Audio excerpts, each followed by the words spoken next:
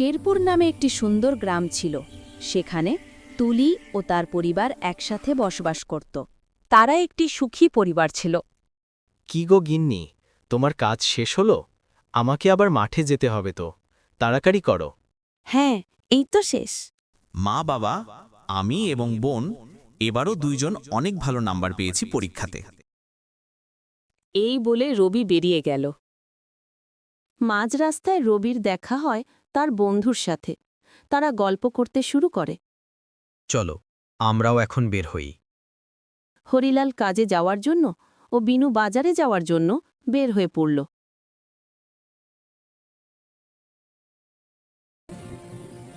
বাহ, কি সুন্দর ফসলগুলো ফলে উঠছে! সৃষ্টিকর্তাকে ধন্যবাদ। কি রে তুলি, কোথায় তুই?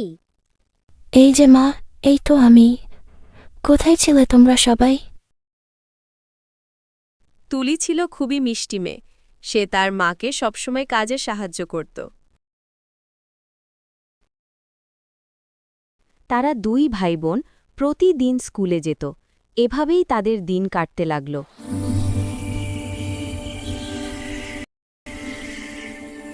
তুলি ছিল খুবই সুন্দর ও বুদ্ধিমতী মেয়ে। পাশের গ্রামের থেকে তুলির জন্য বড়লোক বাড়ির বিয়ের ঘর আসে। কি গো গিন্নি, তুমি কি বলো? তোমার কি মত আছে এই বিয়েতে? আমার মনে হয় আমাদের একবার রবির সাথে কথা বলা উচিত। ও তো তুলির বড় ভাই। কিরে রবি, তোর কি মত আছে বিয়ে পেয়ে? রবি ও বিনু বলে, আমাদের মনে হয় আমাদের আগে তুলির সাথে কথা বলা উচিত। তারপর তুলিকে ডাকা হয়। তুলি তার পরিবারকে জানায় সে এখন বিয়ে করতে চায় না।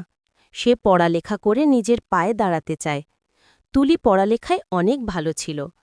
সে তার পরিবারকে বোঝায় মেয়েদের শিক্ষার ব্যাপারে। তুলির পরিবার তুলির কথা বুঝতে পারে ও মেয়ের কথার গুরুত্ব দেয়। এভাবে দেখতে দেখতে রবি ও তুলি তাদের স্কুলের লেখাপড়া শেষ করে ফেলে। তুলি এখন একজন শিক্ষিকা। সে বাচ্চাদের লেখাপড়া করায়। সে তার পরিবারের পাশে দাঁড়িয়েছে। এভাবেই গ্রামের একটি সাধারণ পরিবারের মেয়ে শিক্ষিকা হয়ে ওঠে।